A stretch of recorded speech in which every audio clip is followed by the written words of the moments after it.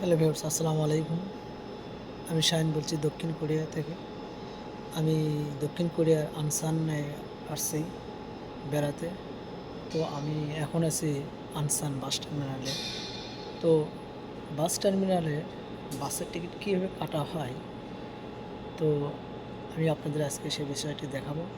তো আমাদের বাংলাদেশে যেরকম কাউন্টার আছে বাসের টিকিট ক্রয় করার জন্য, তো এখানে টিকিট কাউন্টার নাই, কিন্তু কীভাবে টিকিট কাটে তো আমি আপনাদের সেটাই দেখাবো আজকে।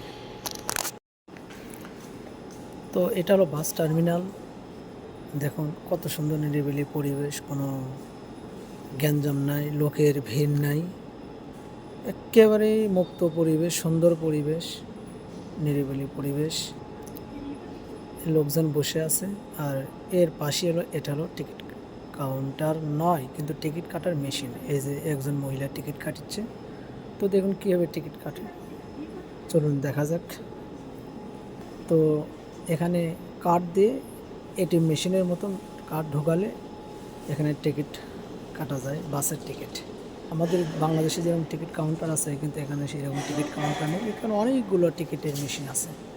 তো আপনাদের আমি আজকে দেখাবো কীভাবে টিকিটে কাটে। আর এই যে এটা দেখতেছেন, এটা টিকিট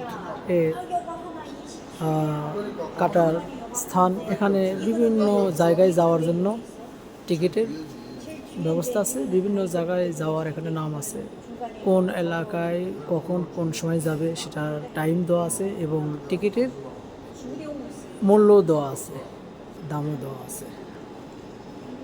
তো এটা হলো টিকিট মেশিন, টিকিট কাটার। আর এই যে আমার কাছে দেখতেছেন, এটা হলো ব্যাংকের কার্ড।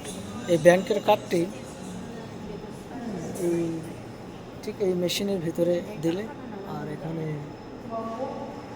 কোন জায়গায় আমি যাব সেই জায়গার ঠিকানা চুজ করলে, অর্থাৎ সিলেক্ট করলে, সেখানে সিলেক্ট করার পর কয়টায় বাস যাবে, কয়টায় বাস, সেই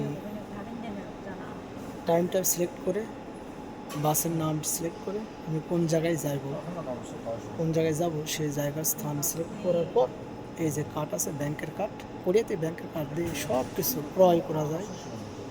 আপনার বাস, ট্রেন, কেনাকাটা সব কিছু এই টিকিট দেওয়ার, এই টিকিটের ভিতরে, এই কার্ডটার ভিতরে রেখে দেওয়ার পর,